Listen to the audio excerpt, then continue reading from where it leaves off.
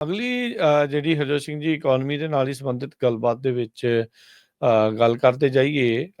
ਇਸ ਟਾਈਮ ਜਿਹੜੇ ਬੈਸੈਂਟ ਨੇ ਯੂਐਸ ਟ੍ਰੈਜਰੀ ਸਕੱਤਰ ਸਕਾਟ ਬੈਸੈਂਟ, ਉਹਨਾਂ ਨੇ ਮੰਗ ਕੀਤੀ ਆ ਵੀ ਭਾਈ ਚੱਪਾ ਨਹੀਂ, ਅੱਧਾ ਨਹੀਂ, ਇੱਕ ਨਹੀਂ, ਸਵਾ ਨਹੀਂ, 1.5% ਜਿਹੜਾ ਵਿਆਜ ਆ ਉਹ ਘਟਾਉਣਾ ਚਾਹੀਦਾ ਆ। ਸੋ 150 ਬੇਸਿਸ ਪੁਆਇੰਟ ਰੇਟਸ ਲੋਵਰ ਕਰਨ ਦੀ ਜਿਹੜੀ ਮੰਗ ਆ ਫੈਡ ਰਿਜ਼ਰਵ ਨੂੰ ਟ੍ਰੈਜਰੀ ਸਕੱਤਰ ਜਿਹੜੇ ਸਕਾਟ ਬੈਸੈਂਟ ਆ ਉਹਨਾਂ ਨੇ ਕੀਤੀ ਹੈਗੀ ਆ।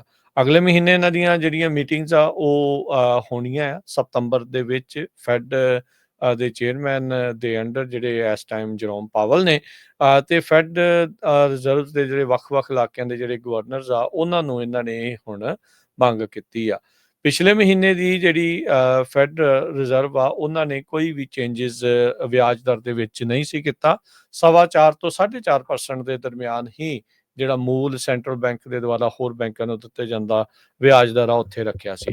ਸੋ ਜਿਹੜੇ ਸਕਾਟ ਬੈਸੈਂਟ ਆ ਉਹ ਇਸ ਟਾਈਮ ਇਹ ਚਾਹੁੰਦੇ ਨੇ ਵੀ ਇਸ ਨੂੰ 1.5% ਤੱਕ ਘਟਾ ਕੇ 3% ਦੇ ਉੱਤੇ ਜਿਹੜਾ ਐਟਲੀਸਟ ਆ ਉਹ ਲੈ ਆਂਦਾ ਜਾਵੇ। 2.25 ਤੋਂ 3% ਦੇ ਉੱਤੇ ਇਸ ਨੂੰ ਲੈ ਆਂਦਾ ਜਾਵੇ।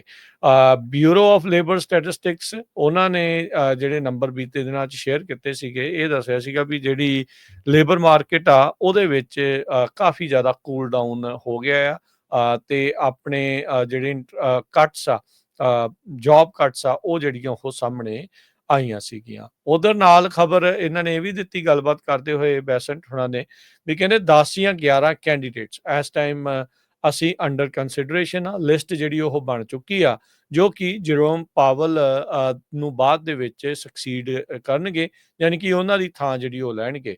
ਮਈ ਦੇ ਵਿੱਚ ਜਰੋਮ ਪਾਵਲ ਦੀ ਜਿਹੜੀ ਮਿਆਦ ਆ ਉਹ ਉਹਨਾਂ ਦੇ ਅਹੁਦੇ ਦੇ ਉੱਤੇ ਰਹਿਣ ਦੀ ਉਹ ਪੁੱਗਣ ਜਾ ਰਹੀ ਹੈਗੀ ਆ। ਸੋ ਨਾਮ ਜਿਹੜੇ ਉਹਨਾਂ ਨੇ ਦੱਸੇ ਨਹੀਂ, ਪਰ ਉਹਨਾਂ ਨੇ ਇਹ ਦੱਸਿਆ ਆ ਵੀ 11 ਜਾਣਿਆਂ ਦੇ 10 ਤੋਂ 11 ਜਾਣਿਆਂ ਦੇ ਨਾਮ ਜਿਹੜੇ ਆ ਉਹ ਹੈਗੇ ਨੇ। CNBC ਰਿਪੋਰਟ ਕਰ ਰਿਹਾ ਸੀਗਾ ਵੀ ਇਹਨਾਂ ਦੇ ਵਿੱਚ ਚੀਫ ਮਾਰਕੀਟ ਸਟ੍ਰੈਟਜਿਸਟ ਜੈਫਰੀਜ਼ ਤੇ ਡੇਵਿਡ ਜ਼ਰਵੋਸ, ਰਿਕ ਰਾਈਡਰ ਇਨਵੈਸਟਮੈਂਟ ਆਫਿਸਰ ਨੇ ਬਲੈਕ ਰੌਕ ਦੇ।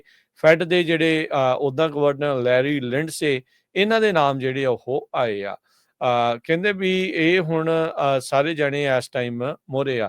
ਸਟੀਫਨ ਮਿਰਾਨ, ਜਿਨ੍ਹਾਂ ਦਾ ਨਾਮ ਇਸ ਟਾਈਮ ਸਾਹਮਣੇ ਲਿਆਂਦਾ ਸੀ, ਟਰੰਪ ਹੁਣਾਂ ਨੇ ਨੋਮੀਨੇਟ ਕੀਤਾ ਸੀਗਾ ਉਹਨਾਂ ਨੂੰ ਵੀ ਜਿਹੜੇ ਫੈਡ ਬੋਰਡ ਦੇ ਉੱਤੇ ਐਗਜ਼ਿਸਟਿੰਗ ਓਪਨਿੰਗ ਆ ਉਹਨਾਂ ਨੂੰ ਫਿਲ ਜਿਹੜਾ ਉਹ ਕਰਨ ਦੇ ਲਈ 14 ਸਾਲ ਦੀ ਜਿਹੜੀ ਟਰਮ ਆ ਉਹ ਇਸ ਵਾਰੀ ਓਪਨ ਜਿਹੜੀ ਉਹ ਹੋਣੀ ਆ ਤੇ ਨਵੇਂ ਕੈਂਡੀਡੇਟ ਟਰੰਪ ਹੁਣਾਂ ਨੂੰ ਪਿਕ ਕਰਨ ਨੂੰ ਜਿਹੜਾ ਉਹ ਮਿਲਣਾ ਆ। ਉਹ ਜਰੋਮ ਪਾਵਲ ਨੂੰ ਵੀ ਉਹਨਾਂ ਨੇ ਹੀ ਪਿਕ ਜਿਹੜਾ ਹਰਜੋਤ ਸਿੰਘ ਜੀ ਕੀਤਾ ਸੀਗਾ ਤੇ ਚੇਂਜਸ ਜਿਹੜੇ ਆਉਂਦੇ ਰਹਿੰਦੇ ਆ ਵਿਚਾਰਧਾਰਾ ਦੇ ਵਿੱਚ ਵੀ, ਲੋਕਾਂ ਦੇ ਬਹੁਤ ਕੁਝ ਜਿਹੜਾ ਉਹ ਦੇਖਦੇ ਰਹਿੰਦੇ ਆ। ਸੋ ਇਸ ਮੌਕੇ ਜੇ ਦੇਖਿਆ ਜਾਵੇ ਤਾਂ ਜਿਹੜੀ ਸਭ ਤੋਂ ਵੱਡੀ ਫੈਡ ਦੇ ਲਈ ਜਿਹੜੀ ਪ੍ਰੋਬਲਮ ਆ ਇੰਟਰਸਟ ਰੇਟ ਘੱਟ ਕਰਨ ਤੋਂ ਪਹਿਲਾਂ ਉਹ ਇਨਫਲੇਸ਼ਨ ਤੇ ਟੈਰਿਫਸ ਨੂੰ ਜਿਹੜਾ ਉਹ ਦੇਖ ਕੇ ਕਹਿੰਦੇ ਵੀ ਉਹ ਦੇਖਿਆ ਜਿਹੜਾ ਉਹ ਜਾ ਰਿਹਾ ਆ। ਸੋ ਇਨਫਲੇਸ਼ਨ ਵਾਈਟ ਹਾਊਸ ਦੀ ਮੰਨੀਏ ਤਾਂ ਕਹਿੰਦੇ ਵੀ ਇਸ ਟਾਈਮ ਕਾਬੂ 'ਚ ਆ। ਲੋਕਾਂ ਨੂੰ ਅਜੇ ਵੀ ਜਿਹੜਾ ਜੇਬ ਦੇ ਵਿੱਚ ਸੇਕ ਆ ਉਹ ਇਸ ਦਾ ਲੱਗ ਰਿਹਾ ਹੈਗਾ ਆ। ਟੈਰਿਫਸ ਦੇ ਨਾਲ ਇਹ ਚੀਜ਼ਾਂ ਵਧਣੀਆਂ ਆ, ਘਟਣੀਆਂ ਆ, ਕੀ ਜਿਹੜਾ ਹੋਊਗਾ ਉਹ ਇੱਕ ਵੱਖਰੀ ਗੱਲ ਆ। ਹਾਂ, ਉਹ ਜ਼ਰੂਰ ਮੈਸੇਜ ਜਿਹੜਾ ਉਹ ਦੇ ਰਹੇ ਆ ਵੀ ਨਹੀਂ ਜੀ ਦੇਖੋ ਪੂਰੀ ਬੱਲੇ ਬੱਲੇ ਜਿਹੜੀ ਹੋਈ ਪਈ ਆ, ਆਪਾਂ ਨੂੰ ਬਹੁਤ ਜ਼ਿਆਦਾ ਕਮਾਈ ਜਿਹੜੀ ਉਹ ਹੋ ਰਹੀ ਆ, ਪਰ ਇਵੈਂਚੁਅਲੀ ਕਮਾਈ ਆਮ ਲੋਕਾਂ ਦੀ ਜੇਬਾਂ ਦੇ ਵਿੱਚੋਂ ਹੀ ਜਿਹੜਾ ਉਹਦਾ ਪ੍ਰਾਈਸ ਵੱਧ ਕੇ ਲੋਕਾਂ ਨੂੰ ਦੇਣਾ ਪੈ ਰਿਹਾ ਆ ਉਸ ਦੇ ਜ਼ਰੀਏ ਕੀਤੀ ਜਾ ਰਹੀ ਆ। ਬਸੈਂਟ ਉਹਨਾਂ ਨੇ ਇਹ ਕਿਹਾ ਵੀ ਜਿਹੜੇ ਚਿਪ ਮੇਕਰਸ ਆ ਉਹਨਾਂ ਦੇ ਉੱਤੇ ਜਿਹੜੇ ਐਕਸਪੋਰਟ ਟੈਕਸ ਆ ਉਹ ਰੋਲ ਆਊਟ ਕਰਨ ਜਾ ਰਹੇ ਹੈਗੇ। ਵਾਈਟ ਹਾਊਸ ਨੇ US ਦੇ ਜਿਹੜੇ ਚਿਪ ਮੇਕਰਸ ਆ ਇਨਵੀਡੀਆ ਤੇ AMD ਉਹਨਾਂ ਦੇ ਨਾਲ ਡੀਲ ਬਣਾਈ ਆ ਤੇ 15% ਜਿਹੜੀ US ਦੀ ਗਵਰਨਮੈਂਟ ਆ ਉਹਨਾਂ ਕੋਲੋਂ ਚਾਈਨੀਜ਼ ਚਿਪ ਸੇਲ ਜਿਹੜੀਆਂ ਆ ਐਕਸਚੇਂਜ ਦੇ ਵਿੱਚ ਫॉर ਐਕਸਪੋਰਟ ਲਾਇਸੈਂਸ ਉਹ ਲੈਣ ਜਾ ਰਹੇ ਹੈਗੇ ਆ।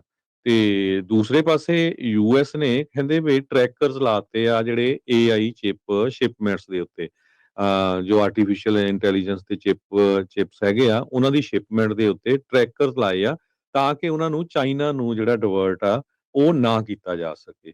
ਕਹਿੰਦੇ ਵੀ ਸੀਕ੍ਰੀਟਲੀ ਇਹ ਪਲੇਸ ਕੀਤੇ ਗਈਆਂ ਟਰੈਕਿੰਗ ਡਿਵਾਈਸਸ ਇਨ ਟਾਰਗੇਟਡ ਸ਼ਿਪਮੈਂਟਸ। ਸੋ ਪਿਛਲੇ ਦਿਨਾਂ 'ਚ ਕਈ ਲੋਕ ਫੜ ਵੀ ਹੋਏ ਸੀ ਜਿਹੜੇ ਚੋਰੀ ਦੇ ਨਾਲ ਚਾਈਨਾ ਨੂੰ ਇਹ ਜਿਹੜੀ ਚਿਪਸ ਆ ਉਹ ਦੇ ਰਹੇ ਸੀਗੇ। ਸੋ ਇਹ ਇੱਕ ਰਿਊਟਰਸ ਅੱਜ ਦੀ ਜਿਹੜੀ ਆ ਉਹ ਰਿਪੋਰਟ ਕਰ ਰਹੀ ਹੈਗੀ। ਜੀ।